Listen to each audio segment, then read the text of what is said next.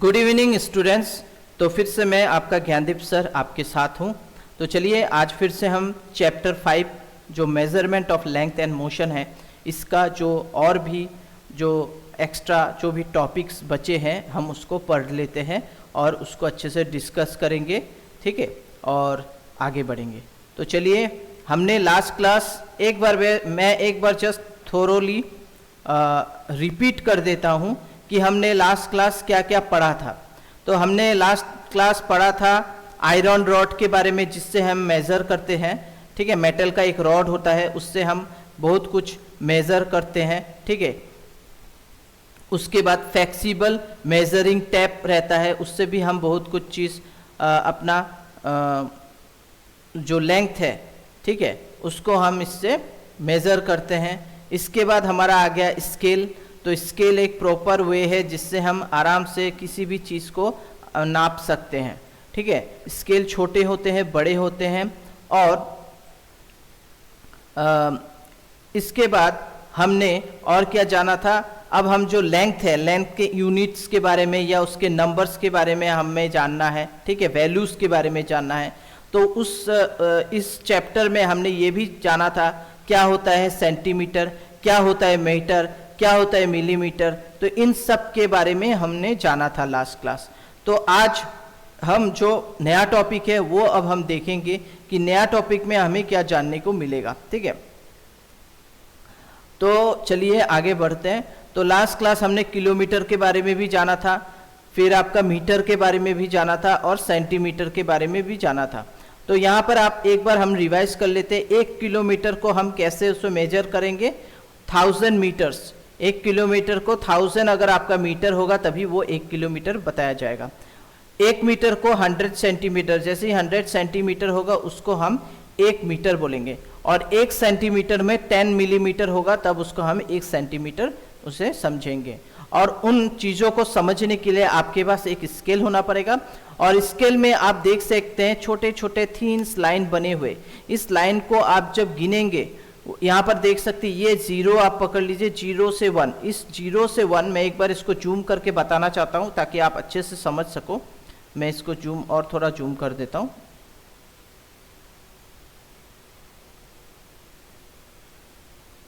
और नीचे कर लेता हूँ इसको, तब आपको समझ में आएगा। ये देखिए, तो मैं इसको और थोड़ा जूम कर लेता हूँ। हाँ,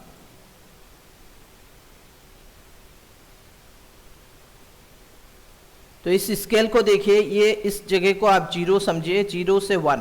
तो ये 0 से ये 1, इसके बीच में 10 लाइन्स है। ये 10 लाइन्स को क्या बोलेंगे, 10 मिलीमीटर्स बोलेंगे, ठीक है। यहाँ से अब आप गिनेंगे 1 2 3 4 5 6 करके अप टू 10 तक है, तो इसको हम 1 सेंटीमीटर बोलेंगे। इसी तरह से जब ये पूरा का पूरा जब 100, ये पूरा का पूरा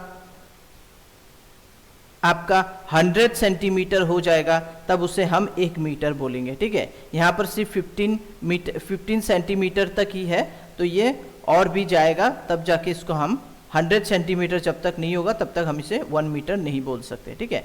तो छोटे स्केल में 15 सेंटीमीटर होता है और बड़े वाले स्केल में 30 सेंटीमीटर होता है, ओके। तो अब हम अगला जो है चैप्टर का जो अगला पार्ट है वो अब हम स्टार्ट करने वाले हैं। तो चलिए अब हम पेज नंबर 84 से स्टार्ट करते हैं। ये जो आप पेज देख रहे हो, ये 84 नंबर पेज, इसमें हम अभी पहले रीड करेंगे। तो 2 स्टूडेंट्स हैं, दोनों स्टूडेंट आपस में डिस्कस कर रहे हैं। चलिए क्या इन लोग डिस्कस करें ये पढ़ लेते हैं। Suppose we all measure the length of a table again, but this time using a metre scale, will our result still be different. तो ये जो है हरदीप करके, ये अपने फ्रेंड को बता रहा है कि अगर इस बार हम अगर कोई भी अपना जो स्कूल का टेबल है उसको अगर हम मीटर स्केल से नापे तो क्या हमारा आंसर डिफरेंट आएगा। तो यहाँ पर जो और एक स्टूडेंट है वो बता रहा है no, but we should first learn the correct way of using a scale to measure the length.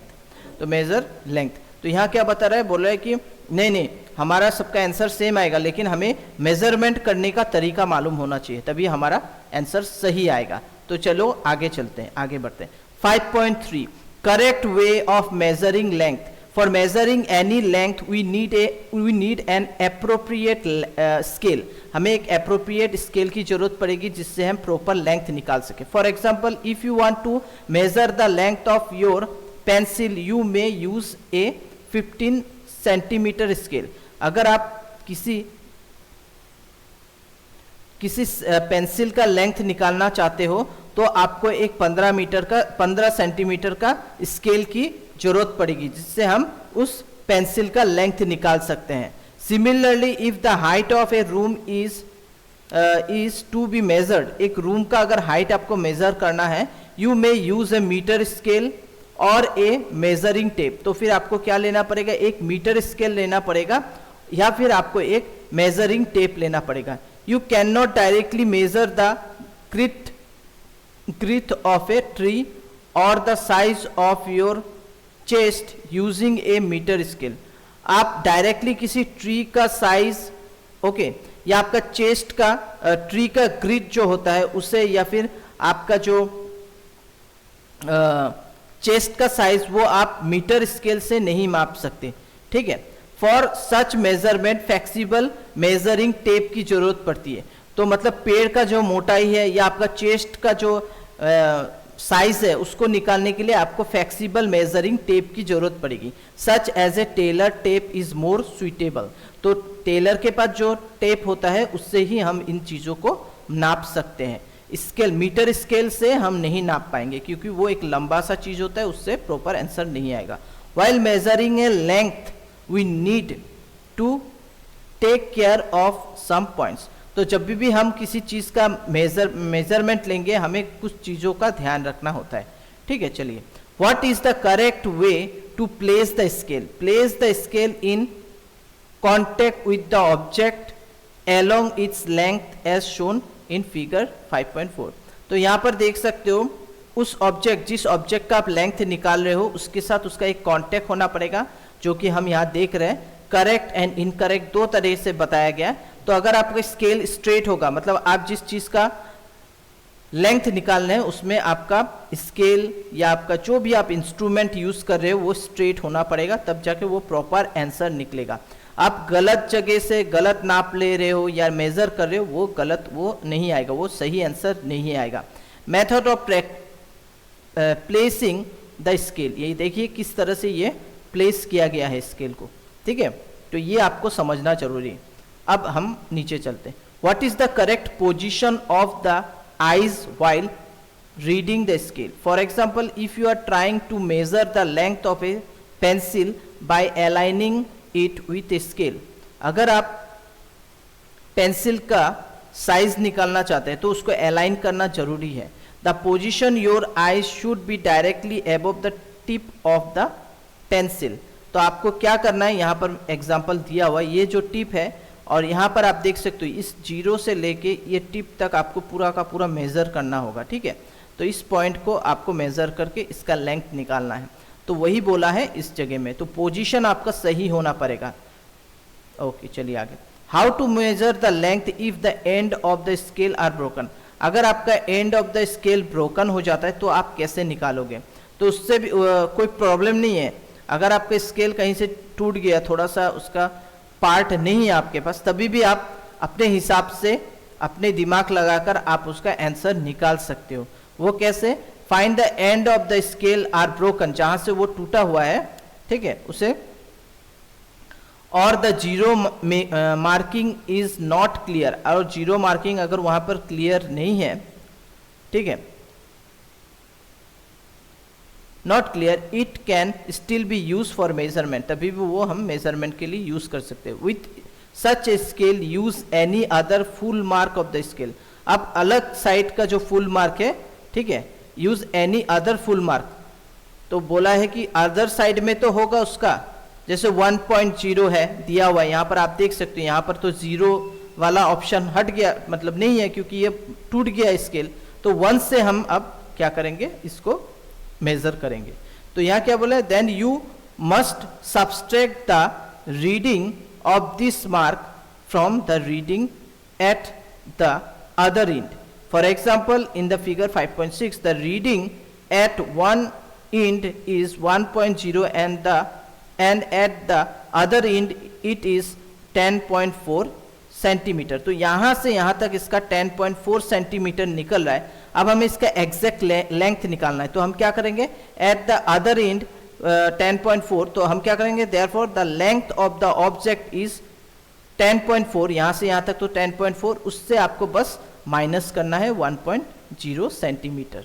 तो यहाँ का जो हमने 0 से जो 1 सेंटीमीटर का जो एरिया था वो तो हमारे पास है नहीं, तो हमको उसको माइनस कर देने से हमको प्रॉपर आंसर आ जाएगा कि इसका लेंथ है 9.4। ठीक है, तो मेरे बात को समझिए, थोड़ा गौर से इस स्केल को देखिए, और ये जो पेंसिल या किसका कवर है या कोई भी पेपर है, इस चीज़ को कैसे करके इसका लेंथ निकाला गया है, ये थोड़ा सा आपका अगर फोकस करेंगे जो मैं बता रहा हूँ तो 100% आपको समझ में आ जाएगा। बस थोड़ा सा फोकस कीजिए और मेरे वीडियो को 1-2 बार बस आप सुनिए अच्छे से, तो आपको समझ में आ जाएगा। तो यहाँ देखिए, how do visually challenged student major length, they use scale with rise marking that can be felt by touching them. तो ये जो देख रहे हो स्केल, ये जो इसमें मार्किंग दिया हुआ है, राइज इसमें मार्किंग किया हुआ है। ठीक है, उन्हें वो जैसे इसको छुएंगे उन्हें मालूम चल जाएगा कि कहाँ पर 1 लिखा हुआ है, कहाँ पर 2 लिखा हुआ है। इस तरह से वो अपने हाथों से टच करके इस चीज़ को समझ जाएंगे और अपना जो भी इनका मेजरमेंट है वो निकाल पाएंगे। तो चलिए आगे बढ़ते हैं। अब हम चलते हैं ये एक्टिविटी 5.1 लेट अस मेजर। तो ये एक्टिविटी 5.1, चलिए क्या बोला है, आगे बढ़ते हैं। Let some object around you, तो हमारे आसपास कुछ ऑब्जेक्ट है। ठीक है, सिलेक्ट कुछ ऑब्जेक्ट, आप कुछ ऑब्जेक्ट को सिलेक्ट कर लीजिए, सच एज ए कॉम, आपके घर पे कंघी होगा उससे ले लीजिए, पेन को ले लीजिए, पेंसिल को ले लीजिए, इरेजर को ले लीजिए और उनका लेंथ निकालिए। To measure their length, measure their length 1 by 1 using a meter scale and note down the measurement। ठीक है, टेबल 5.2। तो यहाँ पर आपको उन ऑब्जेक्ट को लिखना है और यहाँ पर उनका लेंथ निकाल के डालना है, लिखना है मतलब। Why are some length measuring device made up for flexible material? कुछ मेजरिंग डिवाइस है जो कि फ्लेक्सिबल मटेरियल है। ठीक है, तो आगे बढ़ेंगे तो, और क्यों हमें उन फ्लेक्सिबल मटेरियल वाला चीज़ यूज़ करना पड़ता है जब हम किसी चीज़ का मेजरमेंट करते हैं, ये भी हम आगे पढ़ेंगे। While writing the length do not forget to write the units also. जब आप उनका मेज़र करके उनका लेंथ निकालेंगे, वो लेंथ तो लिखेंगे ही और उसके साथ उनका यूनिट भी लिखना होगा। दस your result will consist of 2 part, 1 part is a number, पहला पार्ट होगा number, first part, and other part आपका यूनिट ऑफ मेजर होगा। ठीक है, जैसे आपने जैसे कोई रबर इरेजर का आपने साइज निकाला, मान लीजिए उसका 5 सेंटीमीटर है, तो 5 जो है नंबर हो गया और सेंटीमीटर जो है वो उसका यूनिट ऑफ मेजरमेंट हो गया। ठीक है, some of your friend in the class would have measured the length of the same object, compare the length measured by you with that of your friends, are the measured length the same or slightly different? If not the same, discuss the possible reason for the difference. Some of your friend in class would have measured the length of the same object। तो आपके जो school के friends हैं, जो आपके class के friends हैं, वो मतलब कंपेयर कर रहे हैं, compare the length measure by you with that of your friend. आपका फ्रेंड और आपने कुछ एक ऑब्जेक्ट का लेंथ निकाला, दोनों का सेम अगर आ रहा है तो गुड, क्योंकि आप किसी भी मीटर स्केल, कोई भी सेंटीमीटर वाला स्केल हो गया, कोई भी स्केल से जब उसका लेंथ निकालेंगे मैक्सिमम आपका सेम ही आएगा, मतलब वो आप, क्योंकि वो 100% करेक्ट ही आना चाहिए, आपका और उसका सेम आना चाहिए। अगर आपका और उसका डिफरेंस आ रहा है तो पॉसिबल रीज़न क्या है वो आपको जानना होगा। ठीक है, या फिर आप जो मेज़र कर रहे हैं आपका गलत हो सकता है मेज़रमेंट करने के टाइम, या आपके दोस्त का मेज़रमेंट करने के टाइम गलत आ सकता है, तो ये चीज़ आपको समझना है। ठीक है, या फिर आपने ऐसा कुछ इंस्ट्रूमेंट यूज़ किया है, या आपने कुछ ऐसा जो मेज़र करने वाला डिवाइस है या मेज़र करने वाला इंस्ट्रूमेंट है वो अलग है आपका और उसका अलग है, तो तो ये चीज़ आपको जानना है और आप दोनों एक दूसरे के साथ इसके बारे में डिस्कस कीजिए। Unit of length such as kilometre, metre, centimetre and millimetre begins with a lower case letter expect at the beginning of a sentence. Their symbol kilometre, M मतलब kilometre, km, m, cm and mm are also written in lower case letter and are never followed by s। उनमें कोई s नहीं होता है, मतलब इसमें कोई plural नहीं होता है। Note that a full stop is not written after the symbol, और कोई full stop भी नहीं होता है। Expect at the end of sentence while writing the length, जब आप length का writing मतलब जब उसका लेंथ का डिटेल्स लिखते हैं आप, ठीक है, सेंटेंस जब बनाते हैं आप, तो always leave A space between the number and the unit. जब भी आप कभी भी लेंथ का डिटेल्स लिख रहे हो तो आप उसके नंबर और यूनिट के बीच आपको एक स्पेस डालना जरूरी है। और कोई भी डॉट या फुल स्टॉप मत डालिए या कोई एक्स्ट्रा सेंटीमीटर्स ऐसे मत लिखिए। cm उसके बाद कॉमा s ये सब मत लिखिए, cm ही लिखिए, ठीक है। तो ये मतलब ये सब इंडिकेशन है, ये सब आपको जानना होगा, ये सब सिंटैक्स है, इनको आपको समझना होगा, ठीक है। अगर आप कुछ भी cm कॉमा s डाल दिए तो इसका मीनिंग कुछ अलग निकल जाएगा, तो इसलिए आपको सावधानी पूर्वक इसे लिखना है, आप इसमें कोई गलती मत कीजिए। ओके, तो चलिए अब हम नेक्स्ट जो पेज है उसमें चले जाते हैं। ये 86 पेज कंप्लीट हो चुका, अब 87 पेज में चलते हैं। Measuring the length of A curve line. तो अभी हमें क्या, यहाँ पर हम क्या सीखेंगे और क्या जानेंगे, मेजरिंग कैसे करते हैं कर्व लाइन का।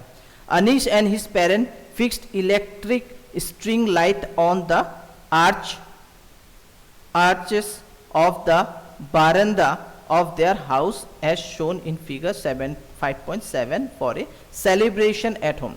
तो उनके घर में कुछ सेलिब्रेशन हो रहा है या होने वाला है, उसके लिए वो अपने घर को सजा रहे हैं विथ क्या, वो जो आपके लाइट के स्ट्रिप होते हैं ना, इलेक्ट्रिक लाइट के स्ट्रिंग्स होते हैं, वो उन चीज़ों से वो अपने घर को सजा रहे हैं। तो वो तो आप जानते हो, आपके घर पे भी लगा होगा, ठीक है, आपने अगर यूज़ किया होगा। तो वो क्या है, वो एक लाइट के स्ट्रिंग होते हैं, ठीक है। तो अब वो उनको लगाना है, तो उनका जो बारंदा का एक लेंथ होगा ना, और वो टेढ़ा बेका वो थोड़ा सा यू टाइप का शेप में लगाना चाहते हैं, तो इसका लेंथ भी अलग होगा। तो उसके बारे में एक बार आगे बढ़ते हैं। How would they have measure the requirement length of string light. तो अब हम इस चीज़ को, मतलब ये जो इनको चाहिए स्ट्रिंग लाइट का जो मेजरमेंट इनको चाहिए प्रॉपर, तो वो हम कैसे निकालें। In the case of A curved line measurement can be made with the help of flexible measuring tape. तो इस चीज़ को, जो इनके घर पे जो लाइटिंग लगाया जा रहा है, जो स्ट्रिंग लाइट्स लगाए जा रहे हैं, ठीक है, तो ये मेज़र करने के लिए इनके पास फ्लेक्सिबल टैप होना पड़ेगा, जिससे वो इजीली वो मतलब क्या कर सकते हैं, बैंड कर सके, उनके जो फ्लेक्सिबल टैप है उसको बैंड करके वो प्रॉपर लेंथ निकाल सके अपने घर के सजावट के लिए जो उनको लाइट की ज़रूरत है, ठीक है। The thread can be use the thread can then be straightened and its length can be measured using a meter scale। तो आप थ्रेड का भी यूज कर सकते हैं, ठीक है।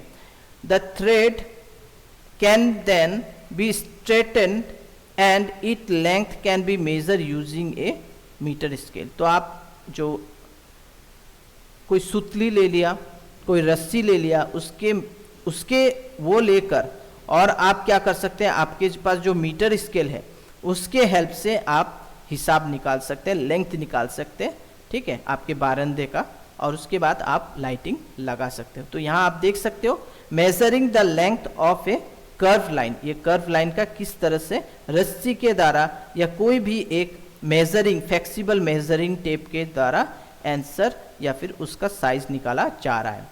Describing position. One day the teacher informed her student that she has planned an educational visit to a nearby garden।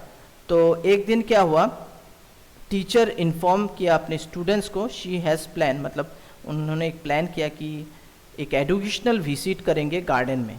C asked the student to reach there directly in the morning, तो उन्होंने बोला student को कि तुम लोग directly morning को वहाँ पर पहुँच जाना गार्डन में।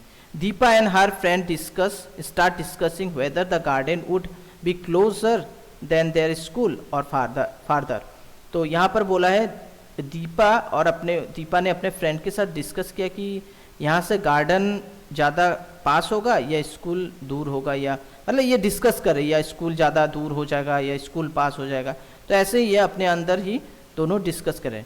तो Tasneem and Padma say that the garden would be closure.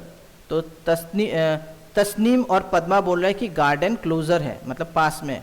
While Deepa and Anish feel that the school would be closer, तो स्कूल ज़्यादा पास है, दीपा और अनीश बता रहा है। Hardeep thinks that both would be almost at an equal distance, और हरदीप बता रहे हैं कि दोनों ही मतलब इक्वल डिस्टेंस में है। तो आप देख सकते हैं ये बस स्टैंड है, ये स्कूल है, Deepa house, Anish house, Hardeep house, Tasneem house, Padma house and garden. ठीक है, तो ये देख सकते हो location of bus stand, school, garden, house of Deepa and her friends. अब आगे बढ़ते हैं। Who do you think is correct? All of them are correct. तो सब, ये यहाँ बोल रहा है कौन करेक्ट है, तो सभी करेक्ट है। क्यों करेक्ट है उसके बारे में जानते हैं। Then why are their observation different? लेकिन उनका ऑब्जर्वेशन डिफरेंट है क्योंकि किसी का घर स्कूल के पास है, किसी का घर स्कूल थोड़ा उनसे दूर है। ठीक है, वही बताया। They are locating the distance of school and garden from their house if instead each of them had through of distance from same object और पॉइंट। तो यहाँ बोल रहा है कि जो डिस्टेंस है एक ऑब्जेक्ट से, एक पॉइंट से, ठीक है, यहाँ फिर से एक बार रीड कर लेते हैं। If instead each of them had through of distance from a same object और पॉइंट से the bus stand then their observation would have been the same. अगर उनके बस स्टैंड से अगर वो सबका डिस्टेंस, अगर वो अपने गार्डन का डिस्टेंस मालूम करते हैं, ये है गार्डन, अगर वो बस स्टैंड से मालूम करते हैं तो उनका सबका व्यू ऑफ पॉइंट सेम रहेगा क्योंकि यहाँ से तो एक ही डिस्टेंस है। लेकिन अब देखिए दीपा के हाउस से ये दूर हो जाता है, ठीक है, इसके बाद अनीश के हाउस से ये दूर थोड़ा पास हो जाता है। इस तरह से इनका व्यू ऑफ पॉइंट चेंज हो गया। तो मतलब जो ऑब्जेक्ट है, तो बात यही है, आगे बढ़ते हैं। Then distance is stated with respect to a fixed object और point, then this point is called a reference point.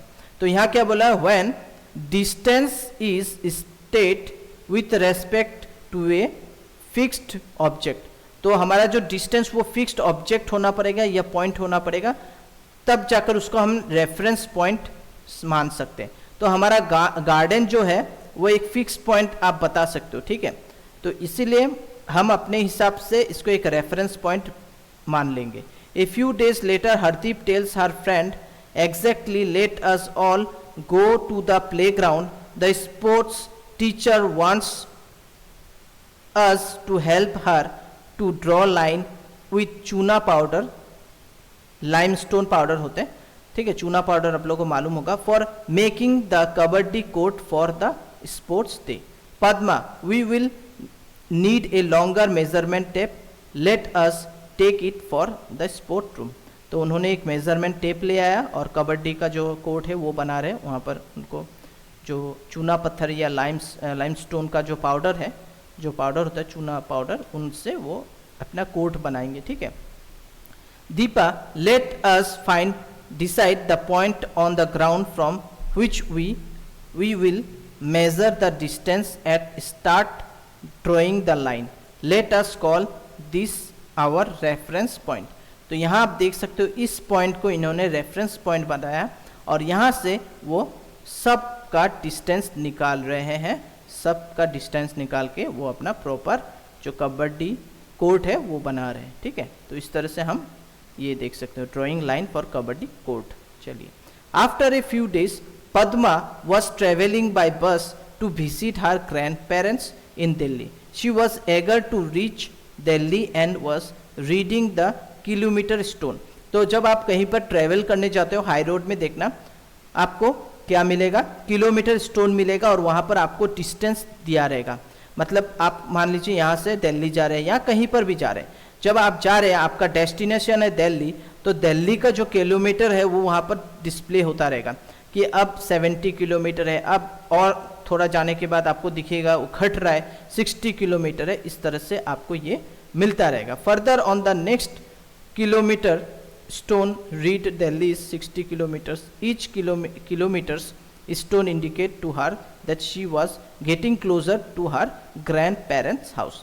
तो इससे वो समझ में आ रहा है कि मैं अपने ग्रैंड पेरेंट्स के घर के आसपास मतलब पास आ रहा हूँ, ठीक है। This kilometres stone indicate her distance from Delhi, ठीक है। This kilometre stones indicate her distance from Delhi, तो ये बता रहा है कि मतलब कितना डिस्टेंस है, ठीक है, दिल्ली वहाँ से, जहाँ से वो मतलब अपना ट्रैवल स्टार्ट किया है। So Delhi is the reference point in this situation. अब दिल्ली क्या हुआ, एक रेफरेंस पॉइंट हो गया, क्योंकि वो तो चेंज नहीं हो रहा है, वो तो चेंज नहीं हो रहा है। दिल्ली जो है वो दिल्ली, हम जब अपने घर से, मैं जब निकला, ठीक है, जब पद्मा अपने घर से निकला, तो वो जब निकला देखा कि पहला जो किलोमीटर स्टोन आता है 70, ठीक है, 70, लेकिन दिल्ली तो दिल्ली अपने एक जगह में है, वो प्लेस हिल रहा नहीं है, वो इसी जगह में।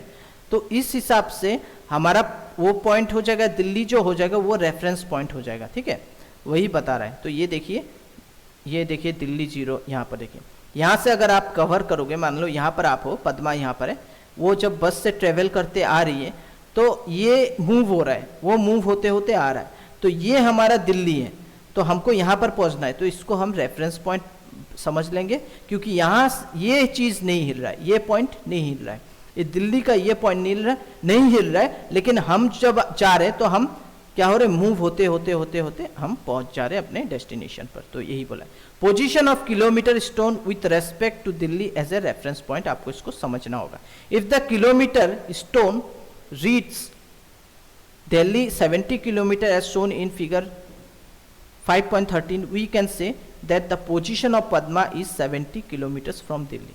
When the kilometer stone reach Delhi 60 kilometers, the position of the Padma is at 60 kilometers from Delhi. तो ये आपको इस तरह से आप पोजीशन निकाल सकते हो।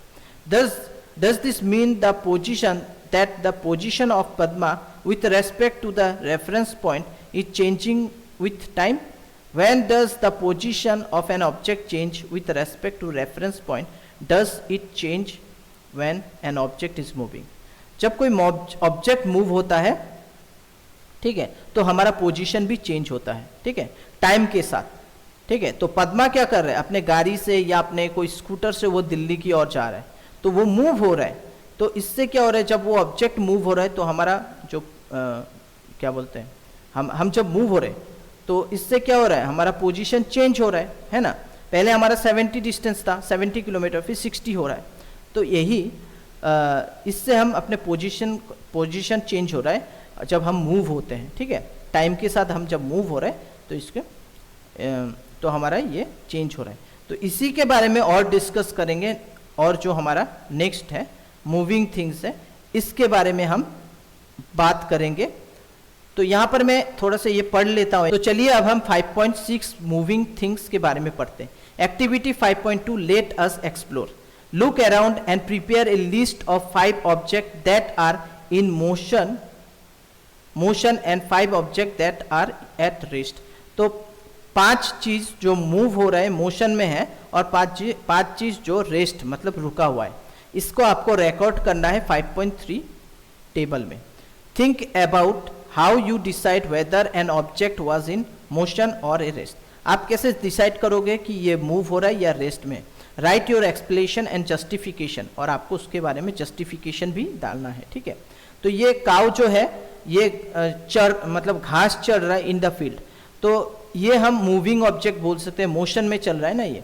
तो इसका एक आपको जस्टिफिकेशन देना है कि ये मूव हो रहा है, ये चल रहा है, एक जगह से दूसरे जगह चल रहा है, ठीक है। और आपको ये बताना है ऑब्जेक्ट, ठीक है, और ऑब्जेक्ट एट रेस्ट, यहाँ पर ट्री है, ट्री जो रुका हुआ है ना, तो इसको यहाँ से अगर आप अपना डिस्टेंस, आप मान लो एक जगह पे हो, वहाँ से आपका वो ट्री का एक डिस्टेंस है, तो उसको आप रेस्ट बोलोगे ना। ट्री तो कहीं मूव नहीं हो रहा है, आप मूव हो सकते हो, तो आप तो मूविंग में हो, आप अब वहाँ से ट्री से दूर भाग रहे हो या दूर चले गए हो, तो उसका एक आपको जस्टिफिकेशन देना है, ठीक है, आपको ऑब्जर्व करना है। लेकिन काऊ क्या है, काऊ आप एक जगह में हो और काऊ आपसे दूर जा रहा है, ठीक है, वो मूव हो रहा है, ठीक है, आपने उसको एक जगह पे बांध के रख दिया है, जो ट्री के साथ आपने बांधा है वो ट्री रेस्ट हो गया और काऊ इधर उधर मूव हो रहा है, जितना दूर तक रस्सी जा रहा है वो उतना दूर तक जा रहा है और वहाँ पर वो घास चर रहा है, ठीक है। तो ये है, इसको हम बोल सकते हैं ऑब्जर्विंग थिंग अराउंड यू। तो ऐसे आप 5 ऑब्जेक्ट लीजिए और उसके बारे में डिटेल्स बताइए। Compare and analyse your justification, how can one decide if an object is in motion और एट रेस्ट। तो मैंने अभी बताया कैसे आपको इसके बारे में जस्टिफिकेशन देना है। An object is said to be in motion if the position change with respect to the reference point with time. तो अगर टाइम के साथ उसका पोजीशन चेंज हो रहा है, ठीक है, तो उसको हम क्या बोलेंगे, an object is said to be motion, ठीक है। एक ऑब्जेक्ट को हम मोशन बोल सकते हैं जब वो अपना पोजीशन चेंज कर रहा है, ठीक है, with respect to the reference point, reference point से वो अपना पोजीशन चेंज कर रहा है, मतलब टाइम के अनुसार। If an object is not changing it position with respect to the reference point, अगर वो अपना पोजीशन चेंज नहीं कर रहा है अपने रेफरेंस पॉइंट से, ठीक है, और जो भी टाइम है, टाइम वैसा ही है, उसी में सेम पोजीशन में वो रुका हुआ है, it's said to be rest, तो वो उसको हम रेस्ट बोलेंगे। तो आई थिंक आपको समझ में आ गया होगा, ठीक है। तो ये क्या, रेस्ट किसको बोला जाता है, मोशन किसको बोला जाता है, ठीक है, रेफरेंस पॉइंट किसको बोला जाता है, ठीक है, चेंजिंग पोजीशन किसको बोला जाता है, ठीक है। तो ये आप एक बार रीड कीजिए, आपको यहाँ तक ये 90 जो पेज नंबर है यहाँ तक आप एक बार पढ़ लीजिए और इसको समझने का कोशिश कीजिए कि ऑब्जेक्ट इन मोशन क्या होता है, ऑब्जेक्ट एट रेस्ट क्या होता है। तो ऑब्जेक्ट इन मोशन होता है जब आप चलते रहते हैं एक पोजीशन से अलग पोजीशन, तो आपका वो क्या होता है, आप जब मूव हो रहे हैं या आप चल रहे हो और आपका टाइम के साथ आप चल रहे हो और आपका पोजीशन चेंज हो रहा है, क्योंकि आप वहाँ से डिस्टेंस आपका बढ़ रहा है या कम रहा है ना, तो इसको ऑब्जेक्ट इन मोशन बोला जाता है। और आप एक ही जगह में रुके हुए हो, ठीक है, और आपका जो आप एक ही जगह में रुके हुए हो, चुपचाप खड़े हो और आपका उस पोजीशन से और दूसरा जो पोजीशन है एक ही है, वहाँ पर कोई चेंजेस नहीं हो रहा है, टाइम के साथ कोई चेंजेस नहीं हो रहा है, तो उसे हम ऑब्जेक्ट एट रेस्ट बोलेंगे, ठीक है। चलिए, तो यहाँ तक आई थिंक आप लोग को समझ में आ गया होगा। नेक्स्ट क्लास में और बहुत कुछ सीखना हमें है इस चैप्टर से, तो आज के लिए यहीं पर मैं इसको फिनिश करता हूँ। Thank you, bye bye, take care, like कीजिए, सब्सक्राइब कीजिए मेरे चैनल को और मेरे साथ बने रहिए।